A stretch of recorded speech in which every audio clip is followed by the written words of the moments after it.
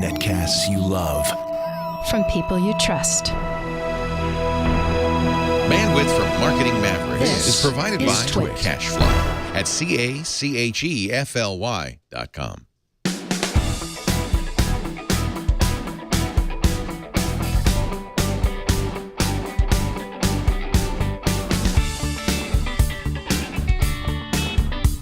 Hi, I'm Tonya Hall, the host of Marketing Mavericks.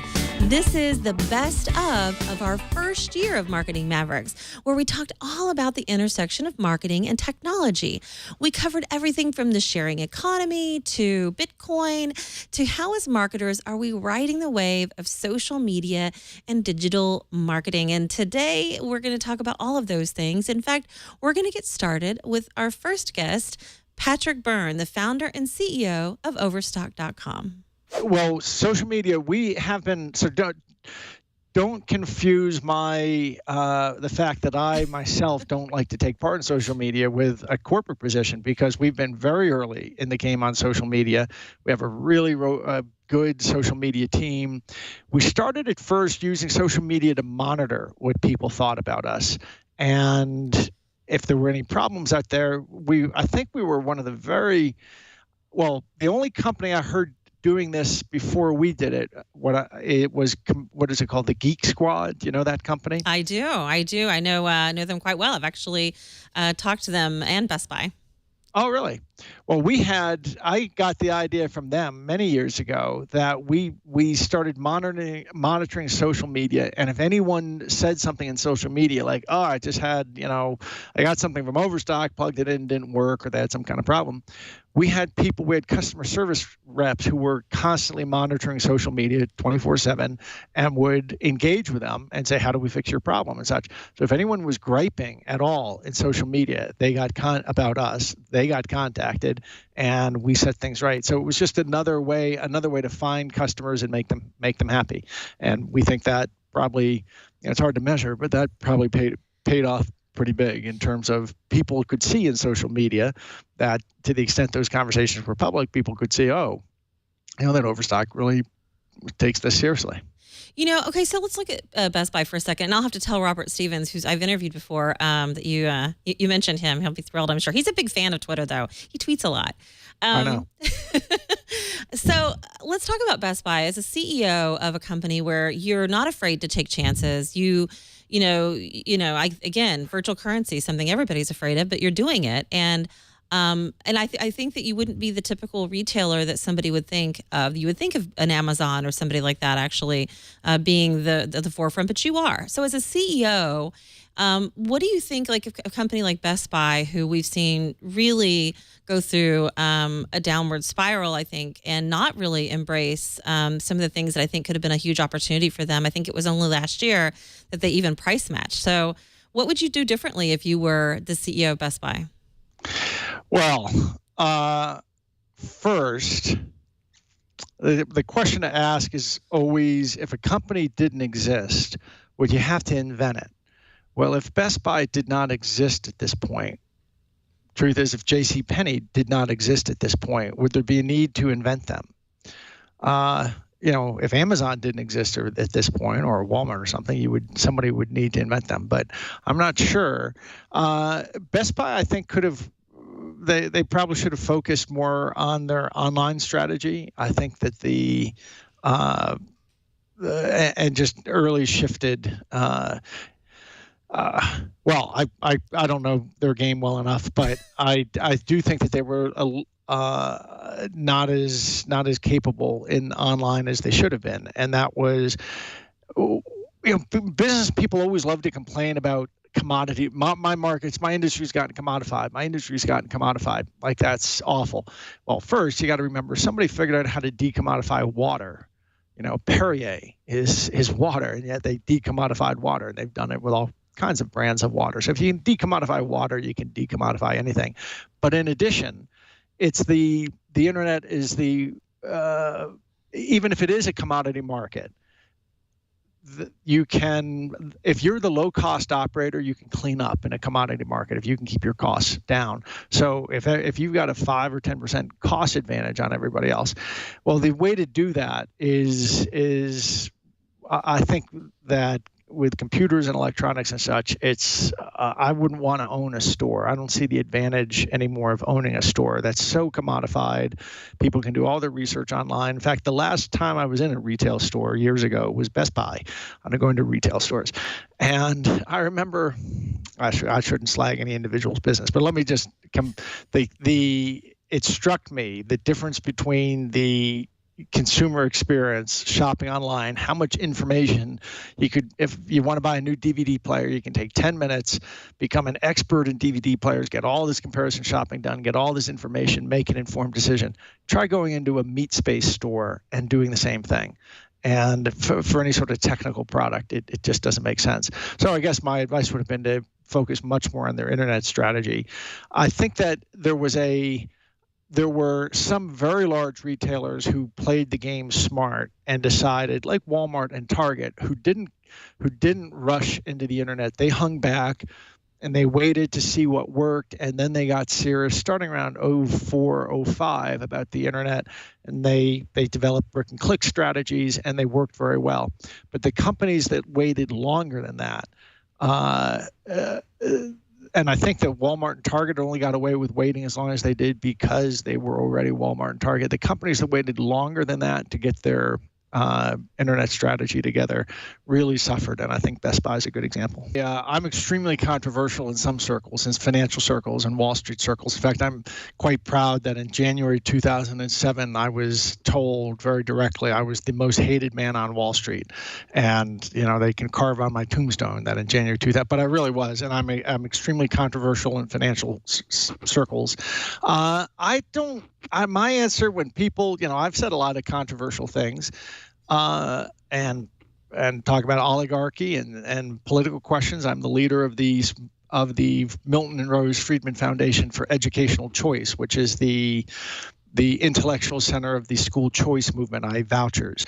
So, for example, if you go on the NEA website, National Education Association, the teachers union, in other words, on their website, they have a list of their public enemies. And you know how much the unions hate Walmart, for example, right? All the unions hate Walmart. Well, Walmart's number 2 on their list. Number 1 on their list is me. I'm the most hated man. I'm the number 1 public enemy of the teachers union in the United States. Walmart's number 2 to me.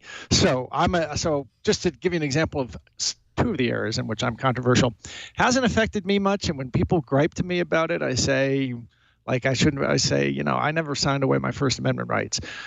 So I have no problem being political, talking politics. I'm a pro-freedom guy. I'm a libertarian, small L libertarian, small R Republican, small L libertarian.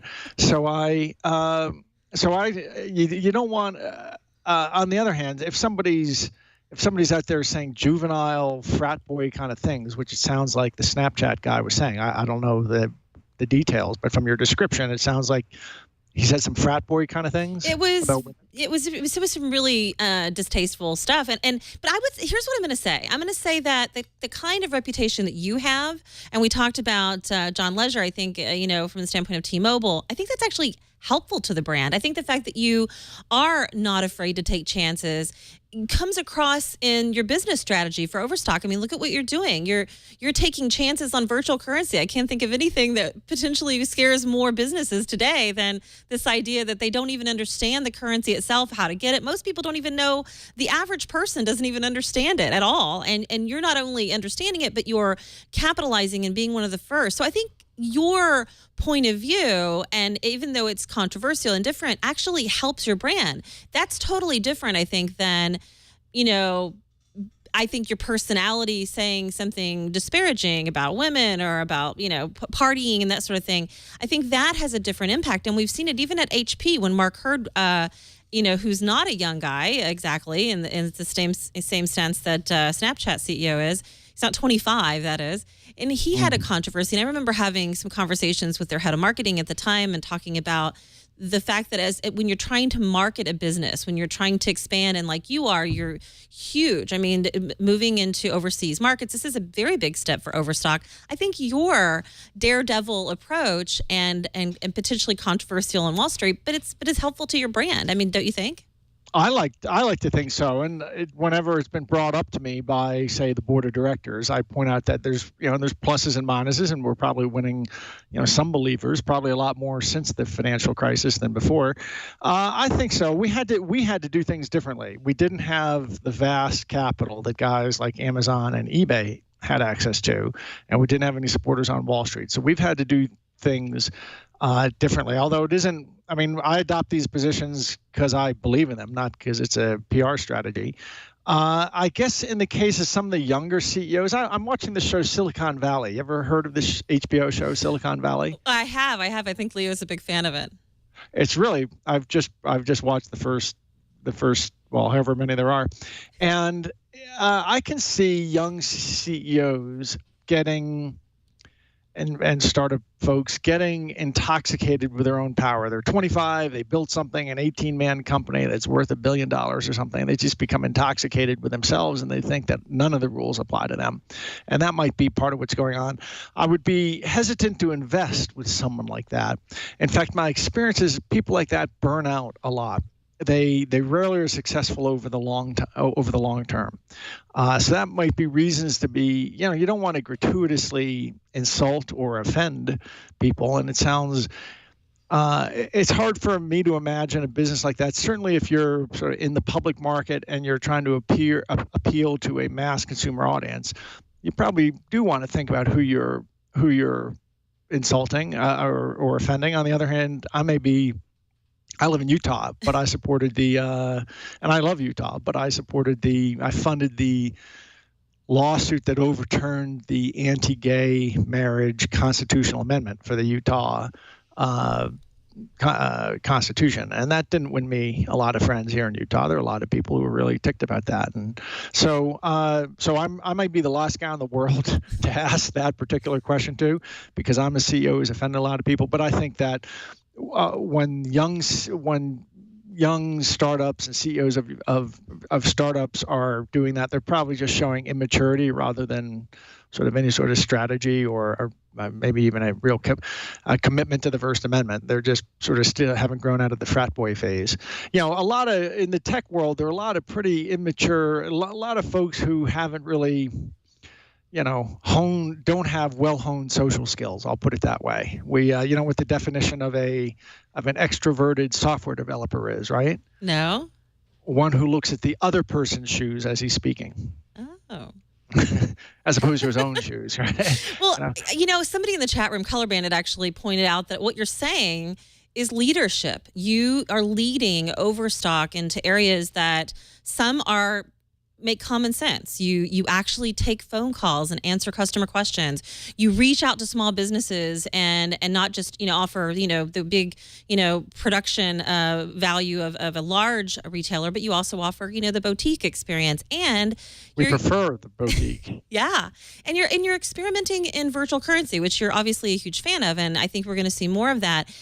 Expanding overseas. What do you hope to gain from expanding overseas? Like most businesses, when they jump into an overseas venture, they double, I think, probably the size of their business, which is a huge growth. I mean, what are your anticipation? What do you anticipate happening for Overstock?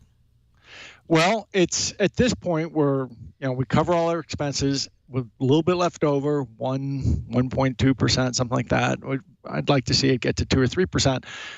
That, as we expand internationally, it shouldn't take nearly the capital and the expense structure underlying the overseas sales that we had to build here. Basically, we structured the whole company so that we would be profitable when we reached $1 billion, and then we got to $1 billion, and we got profitable. So now we're $1.5 billion.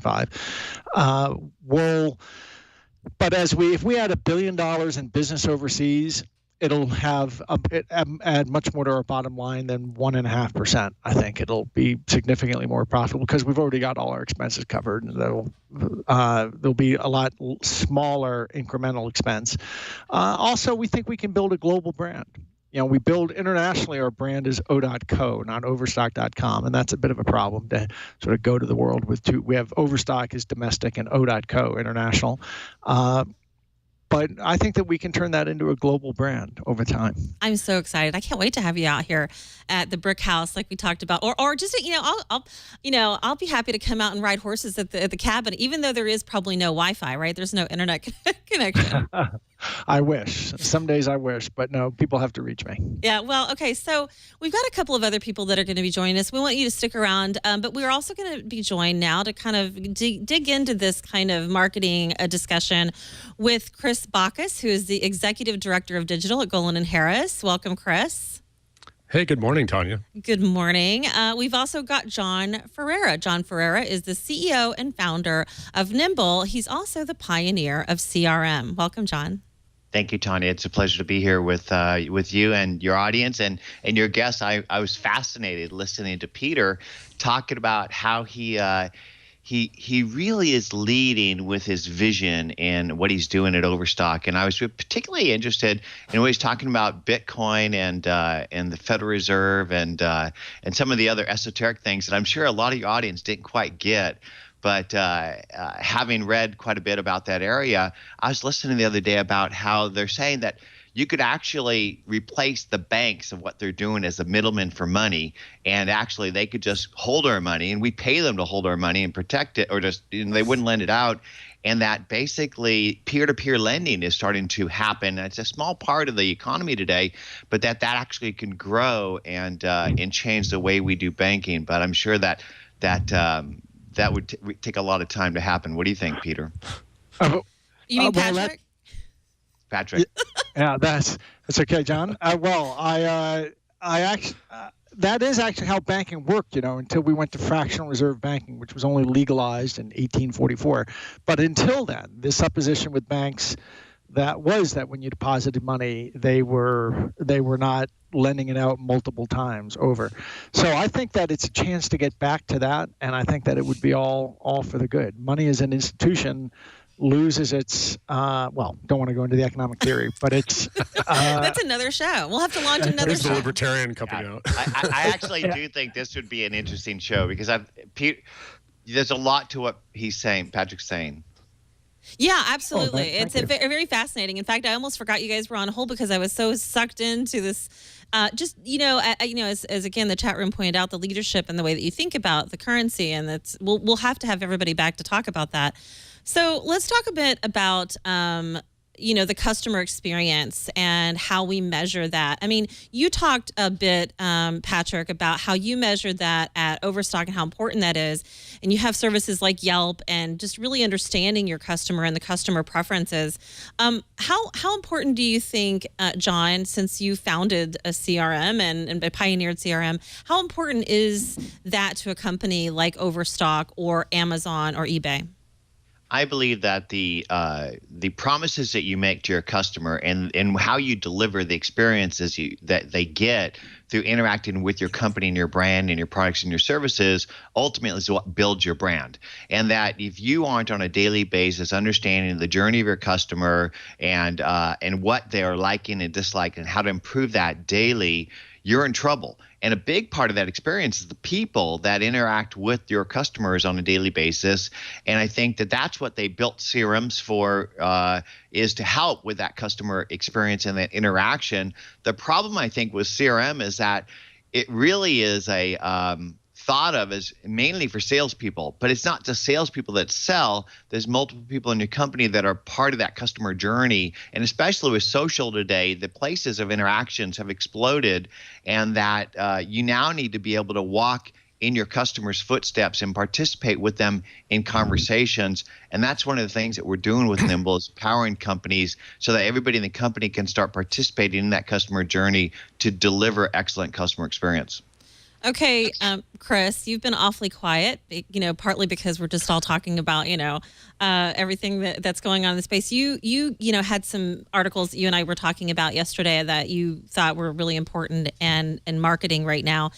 Since you've been listening to Patrick and talking about Overstock and how they approach customer service on the agency side of the business, how do you how do you treat clients like Overstock as far as understanding their customer base and how they work with customers?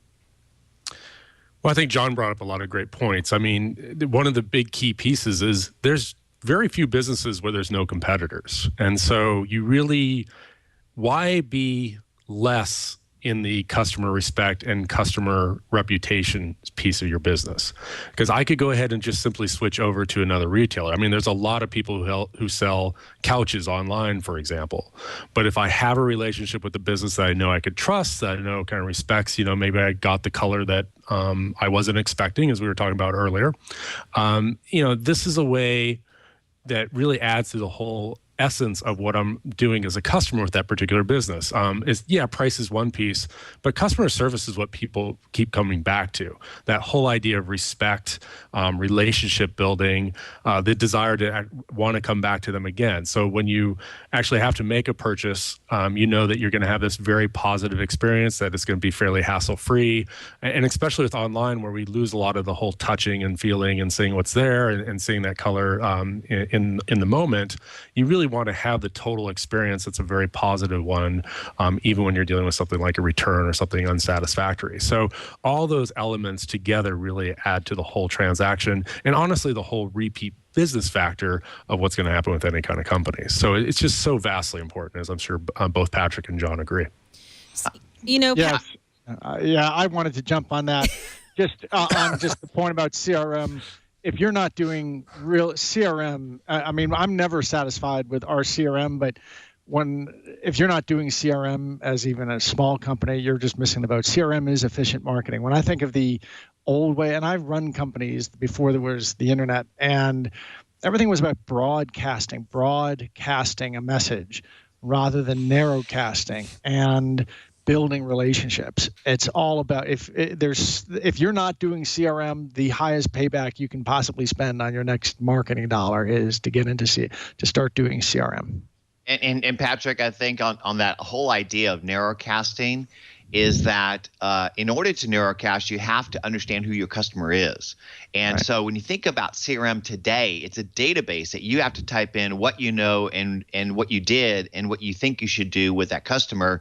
And I believe that what your CRM should do is automatically build a record on who that customer is across all their profiles, automatically log the journey and the experiences that have occurred, and then mine the data to help you identify which customers to engage with and what messages and communication things that you should be sharing with them. And that's basically what I think of as an intelligent relationship manager. So that's where I think we're going with CRM, is rather than the old days of just having to force people to type in all their information about what they're doing and what they did and what they know about somebody, for something to actually do it magically. And that's what we're trying to do at Nimble. But I also love the whole idea about broadcasting.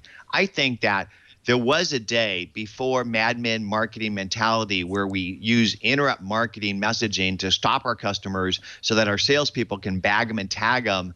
That whole mentality of sales and marketing, I think, is going out the door with social, because today customers are ignoring your marketing material. They're not talking to your salespeople. They're having conversations amongst themselves about what they're going to buy, and then they're making decisions and then connecting with your company on whatever channel they want, to whatever department they want. And most companies' idea of dealing with that is putting some 25-year-old kid in front of the company with Hootsuite to react to people yelling at them, or worse yet, to use social to yell at the customer about how great they are. And I think that the whole world is shifting to begin being a trusted advisor, enchanting and educating the customer, and then walking in their journey and participating in an authentic and relevant way. Ryan Holmes' ears are probably burning right now, who's the founder and CEO of Hootsuite. He's sort of like, hey, you're talking about me. I do love Hootsuite, by the way. Okay, I use Hootsuite. Do you? Yeah. You probably have no idea what that is, Patrick. That's so outside of the whole realm of how you use social, but I'm sure your social media person does. We've got a couple of really great guests in this category. We've got Jeff Jarvis, who is the author of Buzz Machine. He is a techno-journalist and teaches technology at the University of New York. And we've also got Brian Rich, who's the managing director at Little M Media. And I should say, too, Jeff, you're also a co-host of one of our Twitch shows, which is Twig, This Week in Google. Very cool And show. just so my dean doesn't get mad at me, it's the City University of New York, where I'm the Graduate School of Journalism. Just so we make sure that I got and Brian is a proud alum of our entrepreneurial program, or maybe not proud. I hope he's proud. No, I'm very proud. You should be proud. I came out the other side much better than when I went in. That explains Extruded a lot. like a sausage, yes. It explains a lot. I have a lot of respect for Brian. So that he was under your tutelage makes complete sense to me. Didn't I was before under I went his. through. She just, barely gave me any attention at all. And then I went through your program, Jeff, and now it's been all uphill for me since then. Fame and fortune follow. I know, Brian. Yes. So I've been a fan of both of yours for a long time. There's been a lot of conversation last week. Certainly, I've been following you, Jeff, for a long time, talking about journalism and how it needs to change and how media, news, everything from traditional print to all types of media outlets need to change. This week, the New York Times had an innovation report that was leaked, and it's been a big topic of conversation for people not only in journalism, but on the digital agency side as well. And I thought, who more perfect to talk about this than you? So let's start with the New York Times and this manifesto. You read it. Quickly, I went through very quickly because I had a little time before the show, but I did pass my eyes over the whole thing. You had the Cliff Notes, which I think is embarrassing to say. I know what Cliff Notes are, but you had the Cliff Notes. And I guess my first question would be, is it too late? I mean, they're kind of realizing, some things they got correct in this, I think that they need to do. But what was your first thought? We love the New York Times. The New York Times is an amazing institution. It's an important institution. It matters to the country. It's the best newspaper we have, apart from The Guardian, where I also work, and I'm partial. But it's a phenomenal thing. And I'm not sure why it has to be such a difficult place. The Guardian this week has been going through. The Times rather has been going through considerable roilings, and the Guardian has been on the ascendance. Of course, Jill Abramson, the executive editor, was fired, not very ceremoniously. Dean Baquet took over the job. There's been much controversy around that, around her management style, allegedly, and also her compensation and other things. And then part of the fight with the Times was they tried to hire Janine Gibson, the editor-in-chief of Guardian US. She said no, she's going to London. So they didn't get Janine, and then Janine went and hired away Aaron Pilhofer, who was the digital genius at the New York Times, to become executive editor of The Guardian over digital there. So they lost again. And then in the meantime, out comes this report, which basically says we're behind. And there are decent ideas in the report, but I don't think anything in it at all is new. I don't think anything we haven't heard elsewhere. I also consult for Digital First Media, headed by John Payton, who really coined this notion of being digital first. So there's a lot that the Times should do, indeed. Is it too late? I certainly hope not. But I also think they've got to get off their asses and move even faster. And the Times, mind you, is one of the most innovative news organizations we have. I was with some big investors in California just last week, and they were talking about one of these papers. I won't say which one. And one of these papers is brilliant and far ahead. But they were kind of saying, if that's the best the newspaper industry has to offer, uh-oh. And that's the Silicon Valley attitude toward my industry. And so we're seeing innovation elsewhere, but it's not necessarily the highest quality innovation. I don't think that BuzzFeed and Upworthy are the highest quality things on Life, nor the Huffington Post, though they have their place in life. The New York Times matters, but it's got to accelerate its innovation. Do you think it's a little late for them? I mean, we've been talking about this for years, and you say this is a great publication. I would agree with you, except that they're just now kind of coming to this place of realization of the things that they need to do. And I don't think everything that they said in this manifesto is right. I don't think that all of the things that they need to do are, and they come in let's just say this, they come in a really great position of having great content. And a part of this innovation report basically stated that they should create kind of evergreen content, which is an industry term for something really relevant and, trending, if you will. But they have, over 300 URLs and over 14 million articles that date back to 1851. Lots of great content, really, really good journalism. why would they? Do you think they should try to create kind of BuzzFeed kind of comment, happy puppy pictures or things God to get help people? us. No, wash your mouth out. Perish the thought. No, they certainly shouldn't. But they have to rethink what they do. My greatest heresy these days is to argue that we in journalism should not think of ourselves as being in the content business. We are a service. We are a service to communities that make communities smarter and help them know what they need to know to do what they want to do. And you judge our success then not by the old mass media metrics of reach and frequency, page views, and unique users. Instead, you have to start to judge our success on whether or not we help communities do what the communities want to do, which means we have to start by listening to the communities. We have just decided at CUNY to go after starting a new degree in what we're calling social journalism, the study and practice of engagement and engaged communities. Well, that practice has to start with listening to the public, listening to what the public wants, instead of starting with our content. But the Times report, like the entire industry, I'm not singling out the Times here, but the Times report is really a good indication of how we think. We think it's all about this product we make called content. And a lot of the report is about, how do we get more attention for our stuff? Enough about you. What do you think about us? And all of our metrics are about looking at our stuff. And it's just too damned egocentric, I think. I would agree. And I think Times is a great publication. Let's go back to something you said earlier, which was, I think, the first trending big topic. And mostly it was within the journalism community. Journalists were really upset over the firing of Jill Abramson, who today actually spoke about the situation in a presentation that she was giving. It was a public appearance, and I'm reading here her comments. It was an 11-minute speech, and she came out about kind of her struggle, and she wanted people to come out to her about their being fired and that sort of thing, which I think is really honest and genuine. Do you think that this was a strategy? I mean, most people said it was because she wasn't paid equally, and that was the big reason why she was let go. Do you think that was a part of this whole innovation? that's one reported part of this. And there's been various reporting about pay, and it's hard to calculate because there's stock options and all kinds of things and pensions involved. But no, Arthur Sulzberger came out straight out and said that he had an issue with her management style and practices, and she was seen. One word was used about her as pushy. Well, that's a pretty darned sexually gender-loaded word, isn't it?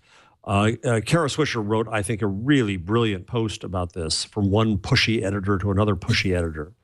And, it's number one, prior editors of the Times, male, have been pushy and obnoxious and difficult as hell and didn't get fired over it. Most of them didn't. And number two, it's harder for a woman to be in this position. And, I think if you look at someone like Marissa Mayer, who, gets crap for being cold or steely or other words about her. Well, what do you expect her to be in the position that she's in? She has to be. She's a tough manager in a tough position. And it's not time for hugs and kisses. The same with the New York Times, for God's sakes. Earlier editors of the Times were just known to be absolutely a-holes. But they were good at what they did, and they put that a-holishness to good end. And so Jill Abramson, yeah, she was difficult. Her tone of voice, if you ever listen to Jill, she didn't really ever sound too happy because it's a heck of a New York accent. It sounds a bit Eeyore-ish, but she's a brilliant editor. And she was the first woman editor of the New York Times and was brusquely shoved aside. And that alone is a troubling thing. So who do they need? Who's going to make this innovation for the New York Times work? Who? I mean, I agree, and I think pushy can, especially being a female in business, can tend to be a word that we, don't like because you wouldn't approach a man the same way. I get that. But so who do they need? Do they need another woman? Do they need what kind of personality is going to help implement some of the things in this innovation report? Well, Janine Gibson from The Guardian would have been brilliant in the role, but I'm glad The Guardian still has her. Aaron Pilhofer was brilliant in the role. It's too bad they lost him. They had this newsroom innovation report was written by a bunch of the young, bright people in the newsroom, and they better work very, very hard to hold on to those people and to listen to what they say. I tell my students that when I came into the business, this is a Uncle Jeff moment here. When I came into the business, youth was something you had to get over. You had to grow out of youth and the limitations of it. Now, youth is an asset. Right? Young people it's not that they're digital natives. There is no such thing as Dana Boyd tells us. But young people do at least have a different worldview when it comes to media and what we do. And we have to respect that and have to listen to it. Clay Shirky says that he makes a good analyst but a bad entrepreneur because he was taught when he grew up that you go to a store to try on pants and you go to a record store to buy music and you go to a newspaper to get the news. And he had to unlearn all those things. And that allows him to explain the transition from one to another. But he constantly still thinks, he admits, in the old way. And I'm certainly of that age too. So I think that youth is an important asset to bring into the Times. And whether it's the Times or other news organizations, I think there has to be a skip of generations. I think that people my age have to be skipped over by people a full generation younger than us, and we have to give them the faith to see that they can bring these institutions into a new age.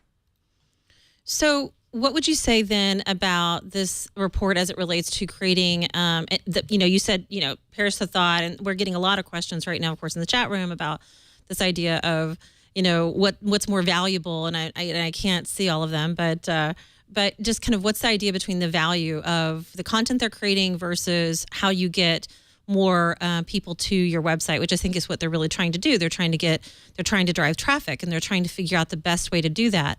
So what should they be thinking about? Well, I think they have to think about different metrics built around relationships. I think we have to think about building true and deep, meaningful and trustworthy relationships with people rather than seeing people as a mass. The truth is we still see people as a mass, all the same. And that was the business model upon which mass media was built. Right? The great myth of mass media, poor Brian has heard me say this in class. The great myth of mass media is that all readers see all ads, so we charge all advertisers for all readers. Let me say that again. All readers see all ads, so we charge all advertisers for all readers. That means that all readers were equally valuable. You didn't want to lose any reader because you could charge every advertiser for every reader, right? And that's the economic basis that leads us from reach and frequency to page views and unique users. We are just transposing an old mass media model into a new world. And what it means is it's a world that's about messaging. We want to tell you something, whether you want to hear it or not, whether that's the news or whether that's a marketing message. And that doesn't work. It just simply doesn't work anymore because people don't want our messages. They can tune out our messages. They've got plenty of other choices of what to do with their time and attention. And so an organization like the Times is indeed valuable, but it gives us the same 300 to 500 pieces of content, the same to all of us, pretty much. Yes, it has regional variations and other things, but it doesn't really learn about me as a person. As a person, I'm neither a real man nor a real American. I don't know anything about sports. I always threw out the sports section. As a person, I'm a wonky, boring bozo who actually reads the media news. So why doesn't the Times throw out the sports and emphasize media? Just take the content they already have and reprioritize it based on knowing something about me. Now, that doesn't mean that I'm going to get into an echo chamber. It doesn't mean that I'm going to miss out on the important stories that happen. I'll still see the stories about Syria that don't fit into either of those buckets. Fine. But start to know me as an individual and treat me as an individual rather than as a member of the mass. But we're not there. So this idea that we have to get people to come to our website, I think is outmoded. I work with something called repost.us that makes articles embeddable like YouTube videos. Why shouldn't articles travel around the web like YouTube videos? And pardon me here, stay right there. Sorry, no sneeze button. You're allergic to this here. conversation. Yeah. So why don't we let our content go to the readers rather than always making our readers come to the content? Why don't we rethink the very form of what we do in the news? And why is it always necessarily an article? It doesn't have to be, right? Look at Vox and Wikipedia. They've unbundled the article and put background and explainers over here as a separate thing. And Twitter puts what's new up here. And we unbundle the publication. Now we're unbundling the article.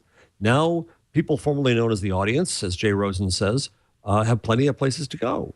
And so I think part of the problem with the Times report is it's still in that old media model of saying, number one, we make content and we want more people to see what we make. No, we should be starting with, what does the public need us to do? Journalism is a precious resource. The public can share information on their own without us. We have to add journalistic value to that, confirming facts, debunking rumors, asking the questions that aren't asked of public officials and those in power, adding context, adding explanation, adding background, finding people to trust, and so on and so on. Those are a lot of journalistic tasks, but those aren't necessarily about just churning out more content like sausage.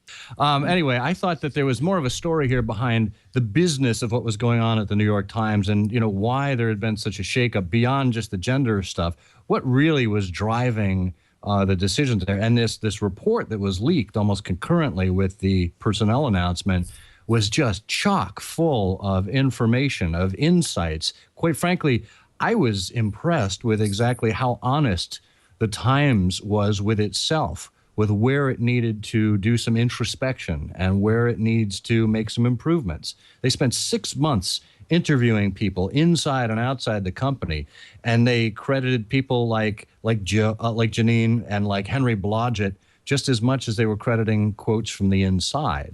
So I began to pull this apart, and as I read more and more of it, I just became intrigued with the story here. And it's a story that goes well beyond the Times. As I mentioned in my post, these are lessons that any business that generates any kind of content can take away. It's a story of staffing. It's a story of promotion. It's a story of how we interact with readers. Jeff was just talking about this mass marketing approach. It breaks my heart how many companies have taken social media and have simply used it as another mass marketing, mass advertising platform instead of using it for what it's good at in terms of, listening to what your customers want, using it, combining it with email and CRM to truly provide content that matters to them. We're turning a deaf ear to one of the most powerful tools in the history of communications. And I got to credit the Times for starting to turn the battleship in the right direction, or the aircraft carrier. They haven't done it completely yet, but full credit to them for pointing us all in the right direction. Jeff, so that's a pretty big mouthful. And this is a huge report. I highly recommend everyone read it, besides reading Scott's, as he called it, the Cliff Notes of the report. But what do you say about that, Jeff? I mean, what Scott is saying to me is that, it's, they're at least analyzing themselves and they're trying to get better, something that you teach yourself and your student here, Brian, has learned how to do. But they're just now here. Is it too late? I asked this earlier. Is it too late for them? No, I don't think it is. I think it could be too late for some newspapers that are bad and getting worse. But Jill Abramson also made it, I think, a stronger paper while she was there. And but I think here's what they have to do, and the report hints at this. What does it mean to be digital first? The problem with this is that there's still revenue coming in from print, and the reason is, no offense to those in marketing around me, but advertisers are dumb. They go with habit. They go with what they've always done. Nobody ever gets fired buying the New York Times, right? And even though the audience is bigger online, even though the audience for prime time is sinking and so on, the advertisers are paying the bills and they're supporting the legacy. What you have to start doing is pushing your audience, your staff, and your advertisers all to the future. And the goal is pretty straightforward. The goal is to become a fully sustainable digital enterprise before print becomes unsustainable. Print will become unsustainable economically. So you've got to become a fully sustainable digital enterprise. And to get there, you can't just wait until that day happens and say, oh, well, now we're losing a fortune on the print. Well, gosh, what are we going to do? No, you've got to be way ahead of this. And so I think what it means is the print product has to become your byproduct. Your primary product, and the Times report says this, and the Guardian also believes this, and Digital First lives by this, is that your digital product, your digital service, is primarily what you do, and print is something that you take and freeze dry stuff off of digital and put it into that ancient mode, as long as people, and especially advertisers, still want to subsidize it. And you've got to push your advertisers over to digital because that's where they want to be. Yes, of course, there's abundance. Yes, you don't control the scarcity the way you used to. You have to find new things to sell them beyond just reach and frequency. And no, you shouldn't sell them the family jewels by doing native advertising that tries to fool readers into what you were doing.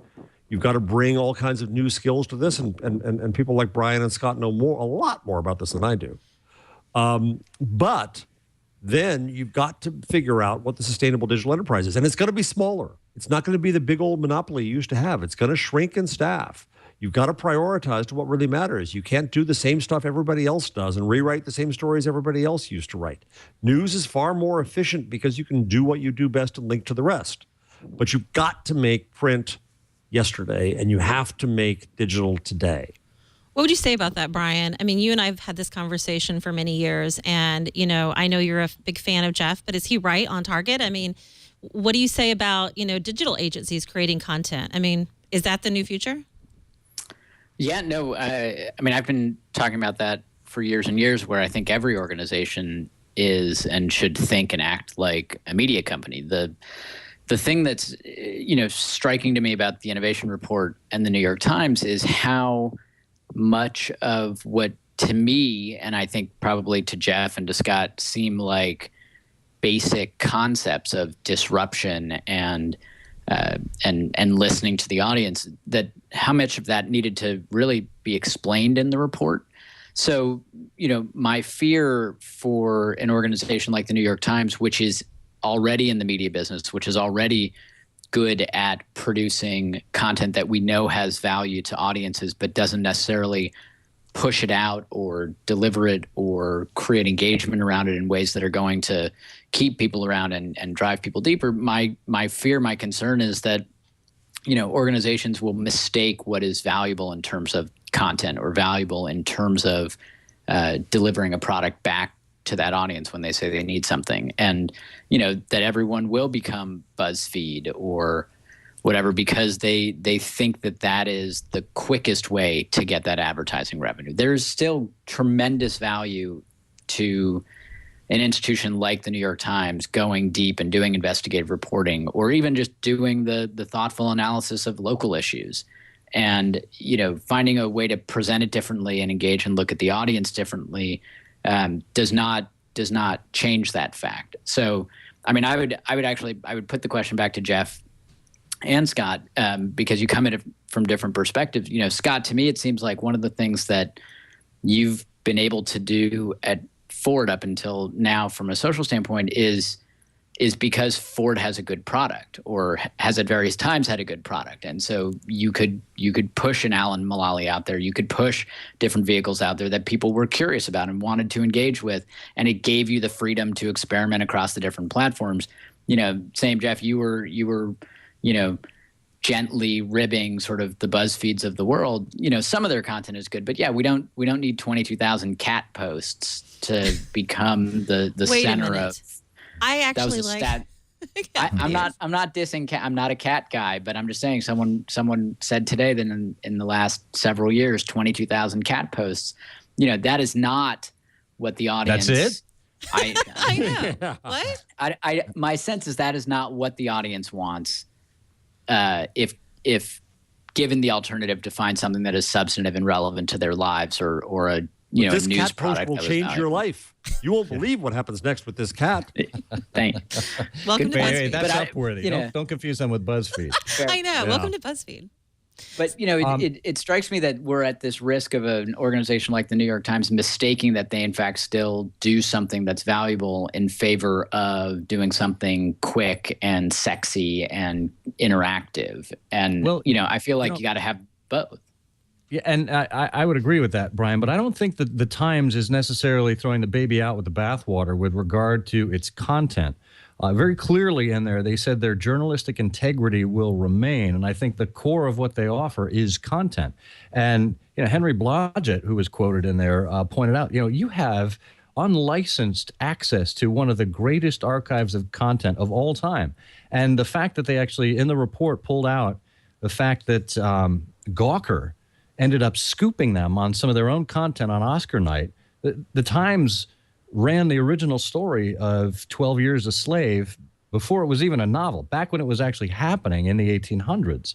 And they didn't know that. And they weren't able to package that up in a way to get it in front of people in the right way, at the right time, on the right platform, because they aren't thinking digital first. And so maybe you take a few cues from BuzzFeed or The Guardian, places that have their editors and reporters actually promoting their own content, that you've got people who are in charge of content who can at the drop of a hat, understand where they need to go to find this material and pull it forward to get it in front of the right people. And that's exactly what Jeff was talking about, Scott. I mean, Scott, before you joined us, because you were writing a really important blog post that we're going to get to in a minute. Right. Dun, dun, dun. I just tweeted it. Wow, big news. Thanks. Carry on with your commentary there, Tonya. I don't want to interrupt the Don't train of thought. flash. You're our hero, Scott. No, but I mean, Jeff was just saying that it's this idea that as content providers, as journalists, finding out what it is that, whether it's cat videos or something more important, like what's happening in the world, but finding out your personal interests and then catering content that's yours. I mean, we don't see that happening certainly from a platform standpoint. I mean, Facebook still doesn't know really what I want to see, and I get the wrong information or the wrong content all the time. So where does Here's an interesting thing, though. I don't know how many consumers actually take the time to refine their Facebook feed, and maybe it's too hard. But every time you click on an ad, every time you like something, that tells Facebook something, and you can tell Facebook the negative, the stuff that you don't like as well. And for me, I'm too busy to go through and actually take that time and click on every piece of content, whether I like it or not, and give them a message back. And frankly, I don't think most consumers know that either. So until the platform gets smarter or perhaps gets simpler to use, Facebook and all of its privacy policies and everything all along has been very complex for the average user to understand. And I think we need to think more of the centrality of your average user, what's easiest for them and what can get them the content that's relevant to them. So Scott, Jeff, let me ask you both a question. I'm going to Google tomorrow. That's why I have to be on an early flight, so I'll be leaving shortly, to talk to the privacy group there. And I want to talk to them about what I think they should be doing in terms of the best practices of privacy around just that. And with the knowledge that there's value back in sharing about yourself because you get greater value and greater relevance. Any suggestions for me about what you think the best practices of, kind of radical privacy to protect sharing and the value of it would be? Well, go ahead, Brian. I was going to say I don't know that I have a fancy answer or a formula driven algorithmic powered solution, but I actually think that one of the big things missing in the whole privacy conversation is just fundamental customer service. Scott made the point, and I agree that the platforms need to get smarter, but it's too difficult. People don't know, they don't understand. There's confusion. So one of the things that Google, with its wealth of resources, could do is put some smart humans out there that would help everybody to refine their privacy settings and create the experience that they want. You can't program your way to a perfect human experience as much as I'm sure the engineers would like to say so. So I would encourage them to balance whatever they do on the algorithmic, formulaic, ones and zeros side of this with some real human interaction, and not the kind that you sort of outsource for the sake of getting off the phone quickly, but the kind that actually helps people to understand and deepen the positive experience around all of it. Great point. Jeff, I think Silicon Valley, and primarily Google and Facebook, but I mean, you can extrapolate to any number of companies, has a communications problem. They do not get out front of their products and of their changes to their products to tell the story. They wait for users to tell the story for them. And because of that, we've seen such fragmentation of messaging and such disparate opinions. And I think Google's a little better at this in terms of its explanatory videos than Facebook. But by and large, they push an update and then they wait for the reaction. And they either retract what the update is and then eventually creep back up without you noticing, which I think is dishonest and inherently bad for business. Or they simply turn a deaf ear to it and they say, well, this is the product decision, we're going with it anyway. And I think the degree to which they can educate, inform, and bring along the user base without dumping something on them is incredibly important. The show, we've got a couple of three, actually, really interesting people in the music business. We've got Ted Cohen, who is the managing partner at Tag Strategic. Welcome, Ted. Thank you. Good to be here. Absolutely good to have you. We also have Jeffrey Cullen, who is the global manager at Microsoft. Welcome, Jeffrey, return guest of the show. Hey, Tonya. Hi, everyone. Good to be back. Welcome back. And David Holmes, who is the East Coast editor at Pando Daily. Ted, you're new to the show, and you've been in the industry for a long time. How many years now? I started working on digital in 1982, so this is my 32nd year. Congratulations. That's you were an infant, apparently, when you started working in music. Right. I mean, you were a toddler, right? Yep. We ended up, I was working at Warner Records, and Alan Kay, who had invented the mouse and the graphic interface, had joined Atari. And he called my boss up at Warner Records, and he said, when the CD that comes out in 83 starts playing on computers, it might mess with the music industry a bit.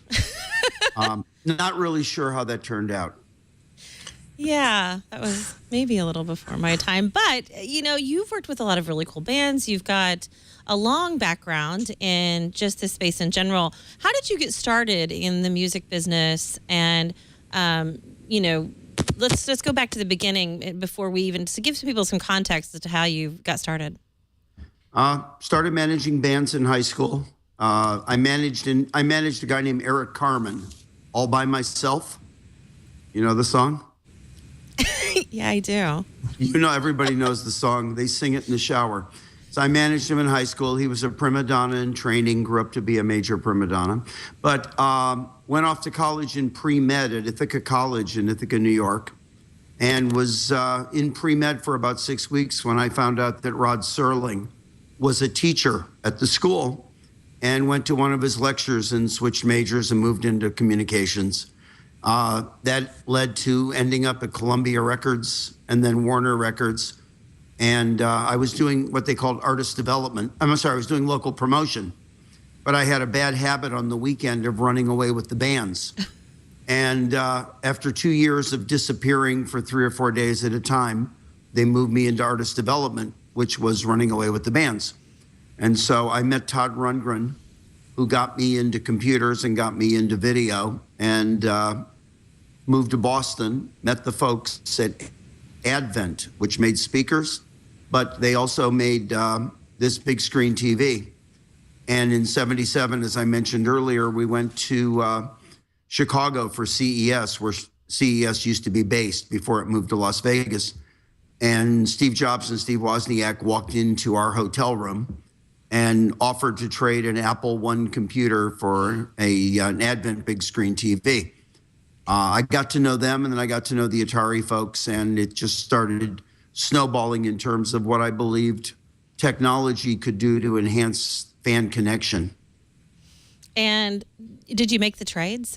And how'd that turn out for you? Oh, well, for me, I don't know who ended up with the computer. I know it's worth about $250,000. I was hanging out with the Advent folks. The guy who had bought Advent, real quick story, is a guy named Peter Sprague. His parents owned National Semiconductor back when Silicon Valley was really Silicon Valley because of chip manufacturing. And he was this very wealthy guy who he liked Aston Martin. So instead of buying the car, he bought the company. He liked Advent speakers, so he bought the company. So we became friends for some strange reason, and he not dragged me, but he asked me to come to Chicago with him and sort of hang out with them. And I'm sitting in his room, and that's when Jobs and Wozniak walked in. And they literally had an Apple I in a zipper canvas case, and it looked like a bunch of circuit boards. And they said, we need a big screen TV to show color graphics. Can we trade for one of those TVs? So the trade was done between Advent and Steve Jobs. But somebody ended up with that computer, and it's worth a lot more than the TV is today.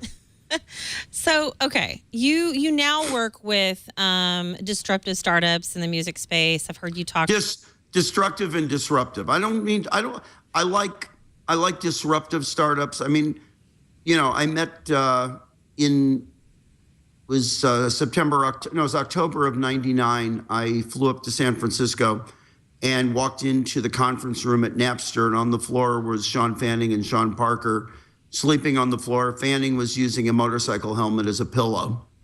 And I had been sent there by what they refer to affectionately as the evil Uncle John, who took most of the company from his nephew. And I thought I was coming up there to consult. They thought I was coming up there to be the new CEO. So I stayed in a consulting role from October of 99 until May of 2000 when I joined EMI.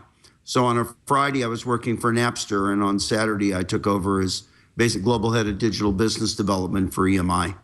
And what was good about it for EMI was we had a mandate where I came in with the ability to do any deal I wanted to do. And we could do them very quickly. And that lasted for about 2 years until iTunes debuted. Before iTunes, it was 3 signatures for me to do a global deal. Because of the success of iTunes, the number of signatures ballooned to 14, which made it really hard to get anything done post iTunes launch. And you evolved through the industry. You've seen lots of changes. I want to get to some of the things that are happening today and what your point of view is on the industry. You've got a lot of great stories. We're going to have you come back and give the whole history of yourself and what you've done, because there's a lot of interesting things I found in Discovery before having you on the show. So some of which I hope to get out of you. So David, you've been you write for Pando Daily, and you've been writing on music. You're a musician yourself. And you write about the intersection of music and technology and how basically things are really evolving and how important it is for indie artists. So talk about how important it is. Ted was talking about how he got started helping artists, and I think certainly a lot has happened from then to today. Van Halen and Cranberries love them, but a lot is different today for indie artists. What's different today versus when I was growing up with music? Well, in a lot of ways, it's much better. You've got people like Steve Albini saying that, and he produced the Pixies and was in the punk band Big Black. You've got people like him who are saying the internet's the best thing to happen to music since punk rock, because now basically anybody can have a worldwide distribution channel for their music. So from that perspective, it's been great. I think one of the big issues that indie artists are grappling with right now are discoverability issues. So, when independent record stores were still, in every city across the country, you would go there, you would have a relationship with the person who would sell you the music, and you would discover all sorts of obscure artists or obscure genres. That's changed to an extent. What they've found is that I think that the streaming music services like Spotify and Rdio, to an extent, they benefit the more established artists more than independent artists. Part of that's monetary, for example, because the more plays that you have, the actual higher your per play royalty rate is. So Rihanna will have a higher royalty rate than the Cloud Nothings, for example. But the other issue is that I really think that no one's quite figured out how to take that human curation that you had prior to the internet, where you'd hear about a band because of an older sibling or somebody at your school or the record store clerk. I think they're still really struggling how to convert that to the digital age for streaming services. Jeff, you've had a background working not just with RCA Records, Virgin Records. You started your own agency working with Red Bull, which has always been, I think, a really interesting innovator in marketing and trying to engage fans in some very kind of grassroots ways. And today I think of a lot of the ways that we use social media as very grassroots, right? Grassroots kind of marketing. Would you agree with David? I mean, where are indie artists today? I absolutely agree with David. I think I miss that element of going into a physical record store, mainly just to find out what new artists were happening. And also the thing that was wonderful about physical musical stores, our physical stores, were that was a place to promote local concerts as well, where you could find out about a lot of the up and coming bands. I think there's almost a need for a curation system like that. I mean, one of the things I think missing from big retailers like Amazon is there's no way to really find out, well, who are the new artists that I should be paying attention to if I'm into this type of genre of music. The social web, it's interesting you bring something up, Tonya, because Facebook a couple of years ago said they wanted to be that curator again, and I don't think they've necessarily made steps in that direction. One of the issues might also be they never have really worked with a lot of publishers to clear a lot of music licensing. So it never really has become sort of like the MySpace. And if you think about it, MySpace, the interesting thing about it was there was a lot of music promotion there because they actually did the back end work to clear a lot of publishing. So it was a place where a lot of bands sort of set up shop and ran a lot of their promotion. We haven't seen that too much on Facebook. In fact, Facebook, I think, has really sort of looked for third parties to offer the streaming services, and they act as sort of the tipping point to find these new artists. But there really is no service that really provides that. It almost is yearning for a startup mentality to sort of collect some of the best minds of various genres to get together and sort of talk in sort of these, I guess, in like a chat board-esque manner about like what bands are happening and what bands, to look out for. I think that's the one thing that's very hard is the discoverability angle. And because of that, I think a lot of artists aren't able to really sort of become bigger in a way that they can then support themselves. And we know that that's not really through record sales, but mainly through merchandise and touring and third-party integrations. Ted, that's exactly what you do with your agency. You work with startups that are trying to make a difference and change things. So I'm going to ask you, since Jeff brought up MySpace, which apparently, Right. I think Jeff's still using MySpace. I'm not sure. No, just kidding. No. Own it, Jeff. What happened to MySpace? Like, what was the downfall of MySpace, Ted? Well, actually, the downfall of MySpace is what Jeff said. They did right. They decided to create a music service, and they brought a guy named Courtney Holt in, among other people, and Jason Hirschhorn and a few other people. And they went to the labels, and this is I think I'd already left EMI, and they struck licensing deals to create a MySpace music service, but they gave the labels a seat at the table. And all of a sudden you had 4 major label groups that were all telling MySpace how to do it. And so all of a sudden you had the industry running the store, and it wasn't a good outcome. But MySpace MySpace was great. I met Chris early on when he started it, and I had one of these great Zelig moments. There's a place in LA called Kate Manalini's. It's a great restaurant down on Wilshire. And I called Chris and I said, let's have lunch. And we meet for lunch. And I said, I really like what you're doing. I know some guys that have some money. Maybe I can help you raise some money to take it to another level. And he goes, that's really nice of you. I'll get back to you on that. The next morning in the LA Times, it was News Corp buys MySpace. And he called me a couple days later and said, I couldn't tell you, but I really appreciated the offer. I think they did some great stuff. I think the problem with MySpace was that the pages, the artist pages, anybody's page, looked like a collage, looked like Pinterest on acid.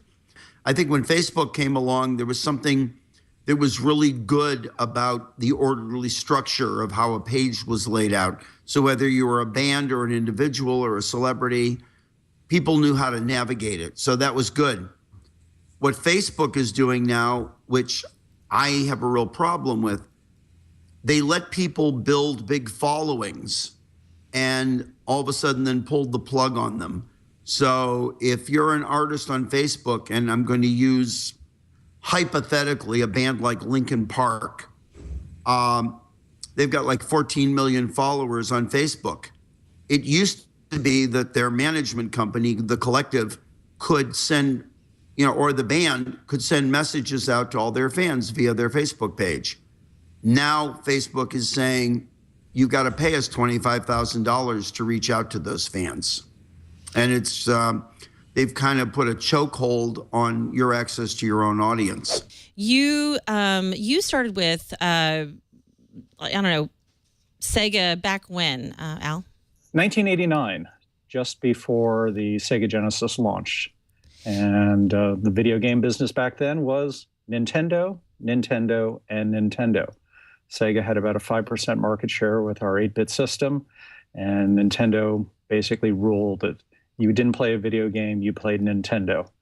And we were crazy enough to go and take on the giant. They had $10 for every dollar in marketing that we had, or probably even more. They had retail shelf space that was unsurpassed. and they had a brand name that everybody loved. But that didn't stop us. We had a Hedgehog and a fabulous system in Genesis. Well, I want to talk about that. I think what makes this such a powerful story isn't that we all love, well, a lot of us do anyway, love our games and we become really attached to it. Nintendo had such a huge share of the market, and Sega was certainly, and people were very attached. I mean, you spend the money on your console, you spend the money on the games themselves, so you become very attached to the product you have, and you had to really go in and come up with something very creative at the time to gain market share and to beat basically a giant with very little money. I mean, you didn't have a whole lot of money to begin with. Your marketing dollars were minuscule in comparison to Nintendo. So how did you first start? Like, what was the initial, conversation around the conference room table around, okay, what should our marketing budget be? Like, how do we approach the giant? Well, it wasn't so much how much should the marketing budget be. Sega Japan basically said, here's your marketing budget and do with it what you need to do. What we basically looked at was, how can we go up against the giant? First, we actually had another competitor, NEC, in the business who was coming out with a similar console on the same day. So we had to get them out of the marketplace so we could finally go after Nintendo. The big thing that video games were about in 1989 was, it wasn't like today. The video game business was primarily boys 6 to 12-year-olds. Teenagers didn't play, young adults didn't play, and Nintendo wasn't targeting girls, but we know that girls were out there playing. So Sega had something big that Nintendo didn't have. We had a great arcade heritage. So when we started out, we promoted that we were bringing your arcade games home. So we had your favorite games, and they played just as they did in the arcade business. The thing was the arcade business was all about teenagers. And so that was who we were targeting, the people who had put Nintendo back in the closet. Nintendo was a toy. And we actually picked up on that and said, let's go and take that reality and position Sega as the alternative to your toy. And here's the game that you want to go and play. So what we actually did was broaden the market initially. And 20 years later, everybody plays video games, men, women, boys, girls, from ages 3 to 93. And it was all because of what we did back then. And sorry. No, go ahead. Then what we needed to do was we needed to go and talk about the differences and between our 16-bit system, and they hadn't introduced their 16-bit system, the 8-bit system. And we went and did something that was not done in Japan and didn't go over well with our parent company, which was competitive marketing. And we did a ad campaign, which was Genesis does what Nintendo don't. Catchy line, catchy music, and it really went and set the stage for the console wars. The people who were owning Genesis really had something to go and get behind and say, yeah, here's why we're better than, here's why my system is better than your 8-bit system. And it also resonated because you had to go and say, wait a minute, Nintendo's the best. What is this new system? And so that got people going. So that was setting the stage for the introduction of the Super Nintendo Entertainment System. And also, very importantly, the arrival of Tom Kalinske. Tom was the former CEO of Mattel Toys. He basically reinvented Barbie into what she is today, where Barbie can be anything, as well as Masters of the Universe and He-Man. And he came in and really rallied all of us, and the rest is history. Well, and you've got a background in the toy business as well. You've worked for Mattel and Hasbro. How important was that background in understanding the prospects that you talk about wanting to go outside of the 12-year-old boy market, which I think I had a crush on all the 12-year-old boys who were playing your games. But how did that play in? I mean, you're really targeting, I guess, the moms or maybe more of the girls. We were trying to target anyone that we could, but initially we were targeting teens because they were the ones who were in the arcades and who were playing the Sega arcade games, because that's where the best games were, and that was also where the girls were. So they went out to the arcades. So we went after them initially because that was the easiest fruit that we could go and pick. But then we needed to go much, much broader. We had sports games, which were appealing not only to kids and teens, but also young adults who had played video games for years. And so things like Joe Montana football and Tommy Lasorda baseball helped to go and get young adults into the business. And then along came Sonic. Well, you mentioned sports, so I'm going to go there. I mean, during that time, I think celebrity endorsements were a really big part of marketing campaigns. We still used to see celebrity endorsements, of course. How did that play into like maybe creating your own celebrity? I mean, is that why the Sonic Hedgehog? Well, Sonic was really, the goal of Sonic was to be our Mario. We needed something to go up as a mascot against Mario. When it was sports games, you wanted to go and play the celebrities. You didn't want to go and play Sega's version of a sports celebrity. You wanted to be Joe Montana. You wanted to go and be, Buster Douglas when he was heavyweight champion, or you wanted to be Tommy Lasorda if you were a Dodgers fan. Go Giants. But so that was very important. But we needed somebody who could go and be our standard bearer. We needed somebody who could go and really be the game that everybody went. Because sports games, they have wide appeal, but not as broad as we wanted and we needed. The thing about what Sonic did was Sonic went and took us from being a teen audience into being a gaming system for everyone.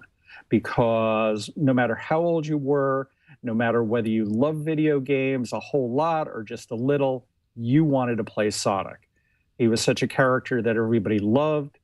The game was something that you had never seen before. You had never seen such speed. You had never seen, such colors in a video game.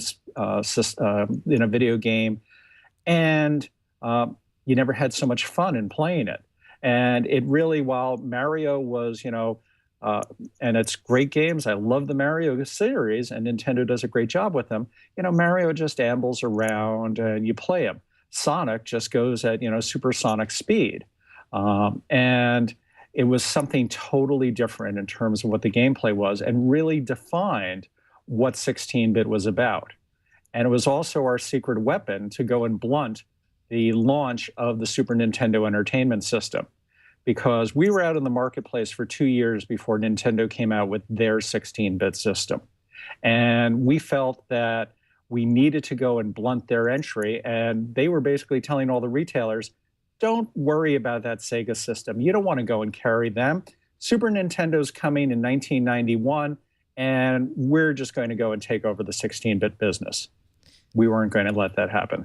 Tell me a little bit about what it was like to actually decide on, I mean, the Sonic Hedgehog is such a unique character, and you're global. So you're not just appealing to, the 12-year-old U.S. American boy. You're appealing to, Japan and Europe and, just Asia. I mean, like all parts of the world. How did the development process come together for the Hedgehog?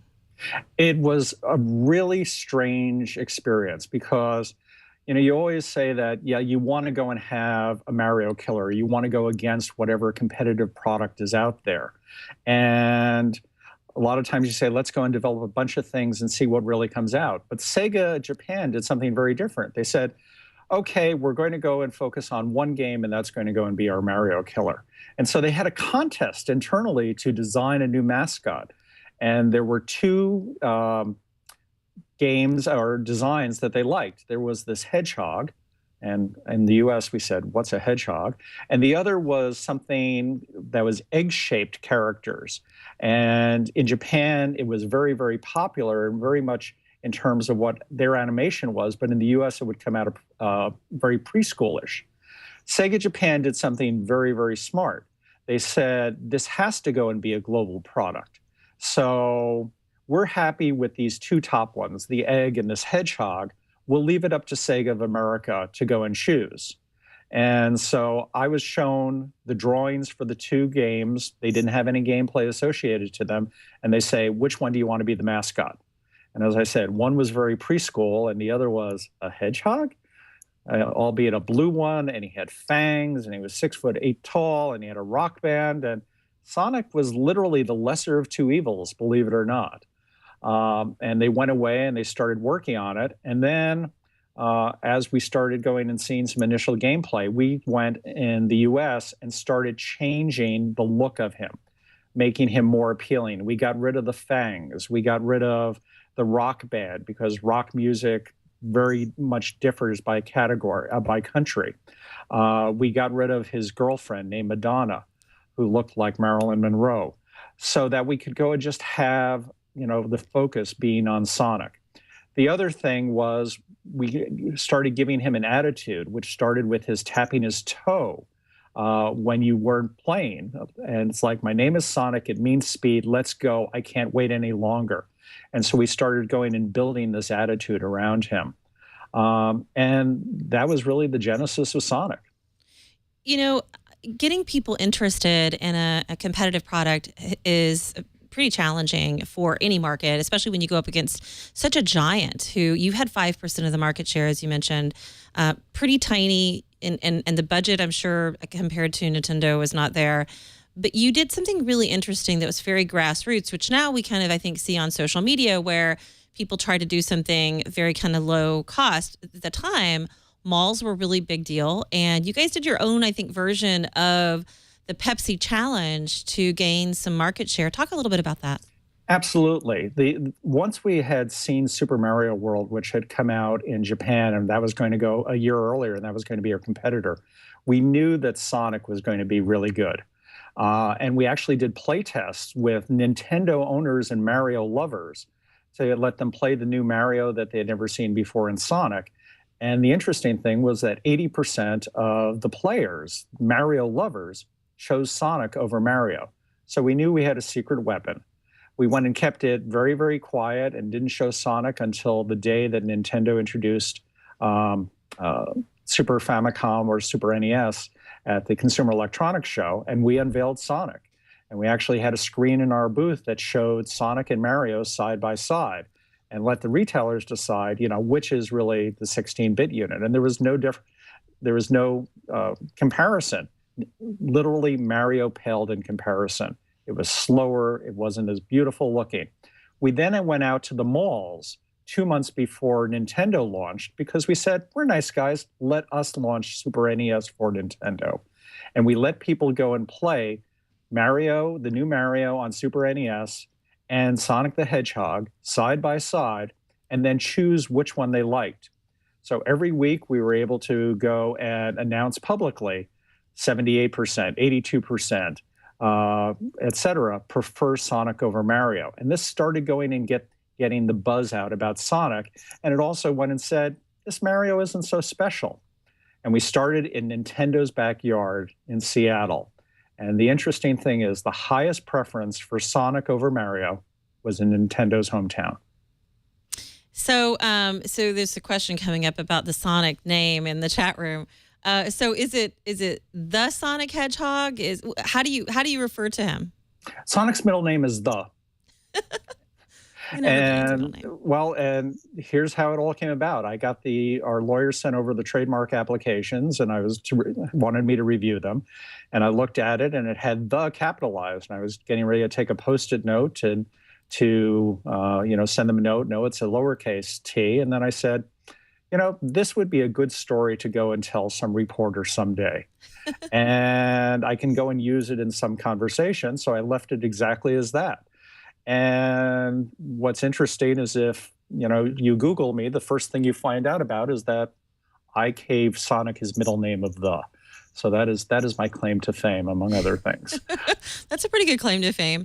I love the idea that you did believe so much in your product that you went out to challenge people to, think of, we've replaced your coffee with Folgers Crystals. You basically were replacing Nintendo with Sega, and that was a really big success for you.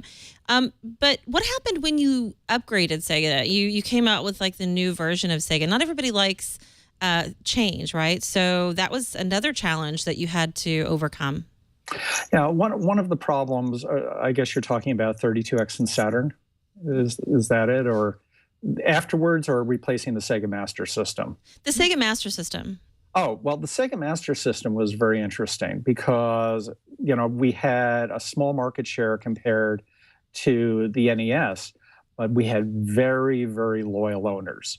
And they also had become very vocal because, on the school playgrounds, they were, being kidded, going, "Oh, you play Sega Master System. Come on, get with it. Nintendo's where it's at." And they were able to go and vocalize why the Master System was better. And what was very interesting was that when Genesis came out, there was a very quick adoption and changeover from the Master System to the Sega Genesis, because they wanted to go and say, "Hey, I've got the system that you really is number one. You've got an old 8-bit NES, you're not with it anymore. Genesis is where it's at." But the other thing that we did was what we call our most important least selling product, or worst selling product, and that was something called the power-based converter.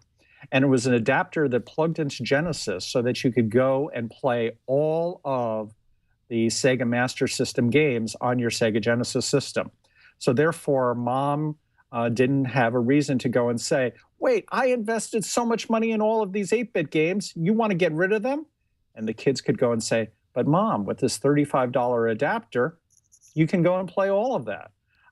And so that was a very important part of our strategy. It also fit in perfectly with what Nintendo did, because they had kept telling people one of the 10 ways to choose a video game system, and they actually had a brochure, was choose the system with the most games.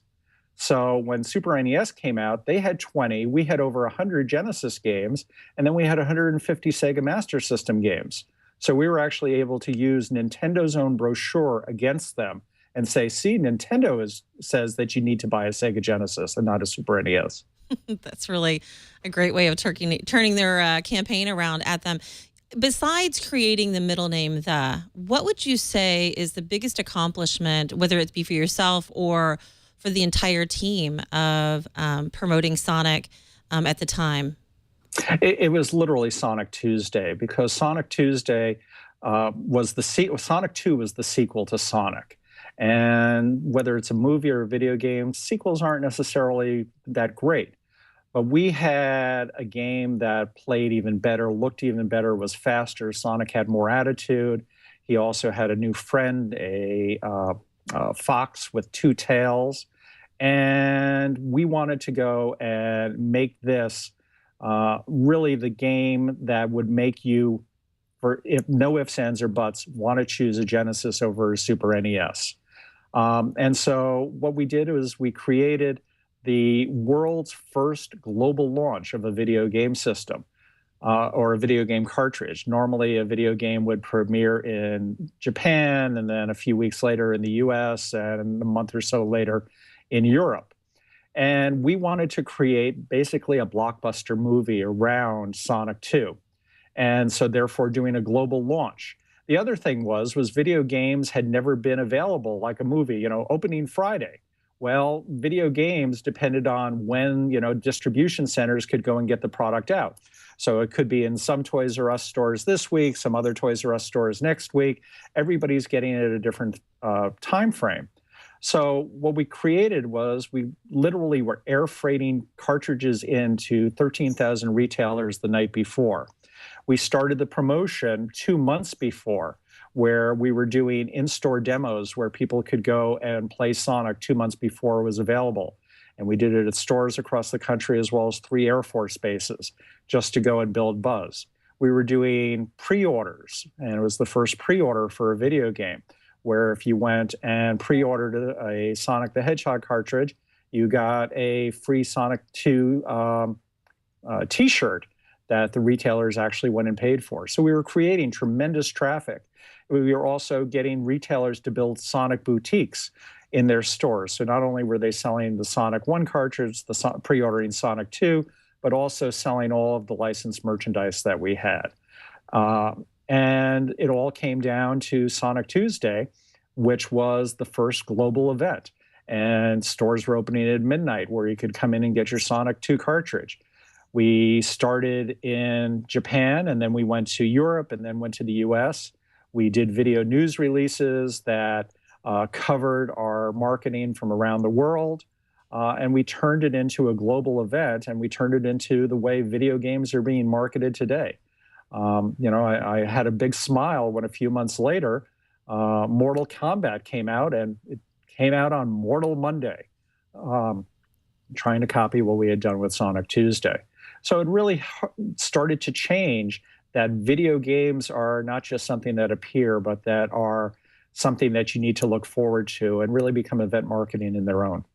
I want to find out, how it's explained to them and how they understand this idea of a sharing economy. And is there a difference in crowdsourcing and sharing? And what is crowdsourcing? First, let's start there. Yeah, well, let's start with some definitions and lay it down. So crowdsourcing, as we know it, is typically when a company or individual or an organization outsources work to be done by the crowd. And that's been going on for many, many years. But recently, with the rise of mobile devices, Tonya, and the Internet of Things and mobile apps, we've seen some new changes where marketplaces are becoming more localized. Uber and Lyft are for that example. And also with social networks, which has really been that first phase when people created media and shared it, that was the precursor. So social media was the last 10 years. And when I was looking around on the research that I was doing in social, I saw that the market was maturing. All the startups went IPO. There's been massive acquisitions by Oracle, Salesforce, and Adobe. So I looked around and said, what's next? So the next phase is when people create the physical world, physical goods, and then they're sharing them. And this is what we call this collaborative economy. They may crowdfund new products, they may build products with the maker movement, and then they share the assets that they already have with each other: homes, cars, money, time. Now, this means that people are getting what they need from each other, Tonya, peer to peer. If you thought social media was disruptive, you haven't seen anything yet. This is the most disruptive thing we've seen in business ever. It's interesting that you say it in that way. When social media first started, I'm going to use the little quote signs here. When social media started, we referred to it as the time where we used to communicate over the back fence, and we used to have conversations at the bank, and how we communicated became online. We talked more. We shared more than we did for many years. As marketers, we did things differently. I see the sharing economy as being like, again, going back in time when, we said, hey, I want to share my my harvest with you, and people were actually sharing versus going actually to a grocery store and buying products and goods. It's literally a change in commerce in general. And you mentioned the different areas like money, and we've had Patrick Byrne with Overstock.com come in and talk about cryptocurrency and how money's changing, and how I think it's a big topic for everybody to wrap their heads around. And I would think as marketers, it's a really big challenge to understand, how do you market in a space like this? So how do you approach businesses who are saying, with this gigantic question mark, how do they take their current business model and move into some sort of sharing market space? Sure, and I want to just recap that this movement's more than sharing. It's people are making their own goods at the maker movement, and they're crowdfunding, and it's impacting all these different spaces. I think the best way to illustrate this collaborative economy, which is comprehensive of all those things I just said, is for people to take a look at the collaborative economy honeycomb. And if you have the opportunity to get in front of a computer, or you're watching this live stream, you can just Google collaborative economy honeycomb, and you'll find this graphic. Now, I'll do a quick tour, and I'll make sure that I'll make it that it's audio for people to really hear it. So there's 6 hexagons here that represent the industries that are being impacted now. On the top right, there's goods. People are creating their own goods in the maker movement. And then there's new business models where people are loaning products, and then people are sharing used goods. I'm sure you've heard of eBay, but even the loaning products. So I have a young daughter, and instead of buying her toys, we were getting them on demand on Play, Pley. Why own Duplos, Legos, when she's going to outgrow them? So now for $25 a month, I can have these actually sent to me. And for the ladies, if you want to have access to an unlimited closet, there's 99 Dresses, Rent the Runway. Now you can get these things, or Threadflip. There's many places that you can get these goods. On the next area, even food is being impacted in the green hexagon to the right. We're seeing people turn their own home kitchens into restaurants. You can go over to a stranger's house and get food. And that's on Cookening and Feastly. And you can get an authentic meal, like Peruvian food from somebody who's from Peru. You're never going to get that quality or that warmth and that natural human connection that at a restaurant. And then in the services space, we see people sharing their time. So people are delivering food to each other on Instacart or shipping for people. There's even medical marijuana delivery in San Francisco. And then there's business services as well. And this is what is traditionally known as crowdsourcing, Odesk, Elance, Freelancer. On the transportation segment, we're on number 4 out of 6 here, is people are sharing their vehicles with each other. Get around, relay rides, enable people to share their cars. Boat-bound people share their boats because they're not used that often. Both of these things are sitting idle. And then there's rides as a service. You've heard of Sidecar, Lyft, BlaBlaCar, and then Halo, and even Uber, of course. And then the next one is physical space. People are sharing their closets like on Roost or homes on Airbnb. By the way, Airbnb is starting to bypass traditional hotels with number of rooms booked and even revenues. I know, it's amazing. I want to talk about that too in a second. Right, and so is Uber. By the way, BlaBlaCar has more riders in Europe than Eurostar, the heavy rail for passengers. Let's go back to space. People are sharing their office space as well. So people are sharing and renting it out to each other. So the last one is money. And there's 3 things happening here. The crowd is creating their own currencies, Bitcoin, Litecoin. And the crowd is sharing their money with each other on Lending Club. This is called peer-to-peer lending instead of going to a bank. And lastly, and tying everything back together, is people are funding new products and crowdfunding, which is why it's adjacent to the maker movement where people are creating goods. So zooming back, goods, food, services, transportation, space, money. This is a peer-to-peer economy.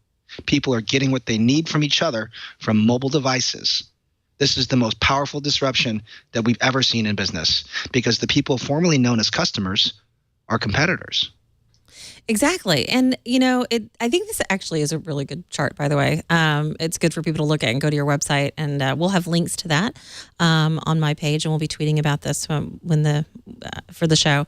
So this is an idea around different groups. And so wherever you think your business or your need falls, you could go into this. So this is actually the sharing piece, right? So a lot of these, you know, we talked about, let's just go back to transportation and the fact that you've got Lyft and Uber, which, you know, there's all kinds of drama. And I want to get into some of the legal and political and regulatory issues. But first, I want to say that this is something that I know in this area, certainly in the San Francisco Bay Area, is incredibly popular, but it's all over, right? It's also in Europe, and there's been lots of support as well as controversy around it. And, you know, as consumers, we're excited to have options, and we feel like it's less expensive, but we also think, well, you know, are we going to be protected in the same way? I mean, you hear stories all the time where consumers aren't protected. So how does a business like this who isn't regulated, how as consumers, how do we know these are safe? Well, one thing that's happening, I'm going to quote Brian Chesky, the CEO of Airbnb, and he says trust has been democratized. So in the past, we relied on logos created by marketers as a trust mark. And now we're seeing that trust is digitized in ratings and reviews. Airbnb uses Facebook Connect, so you can see which one of your friends has stayed with a stranger. And then there's also other forms of insurance programs and some mild background checks, although I wouldn't say they're very rigorous. So in all of those cases, those 4 things, trust is being democratized to the startups so people can enable peer-to-peer. You know, Tonya, I like what you really said. Like, this isn't new. This is what neighbors have done, sharing their harvest with each other. And I spoke with an Iowa insurance company as a co-op last year. And they said, Jeremiah, we like what you're doing, but it's not that new. Here in the Midwest, we've been doing the collaborative economy for 400 years. It's called being a good neighbor. And I'm sure the Europeans would say we've been doing it for 4 millennia. Now, the difference is, Tonya, is that now with technology, we can be good neighbors to strangers. Mobile apps, social networks enable this. Wow, what a great year. There was a lot of great information from a lot of our friends at Marketing Mavericks, and I'm really excited about next year as well. I think we've got such a great lineup already, and we're going to cover even more in depth of a lot of the topics we heard about here on the Best Of, including cryptocurrency, the sharing economy, and much more. I hope everyone is having a wonderful holiday season, whatever you celebrate. Today, I'm celebrating Christmas. Merry Christmas, everyone, and we'll see you next year.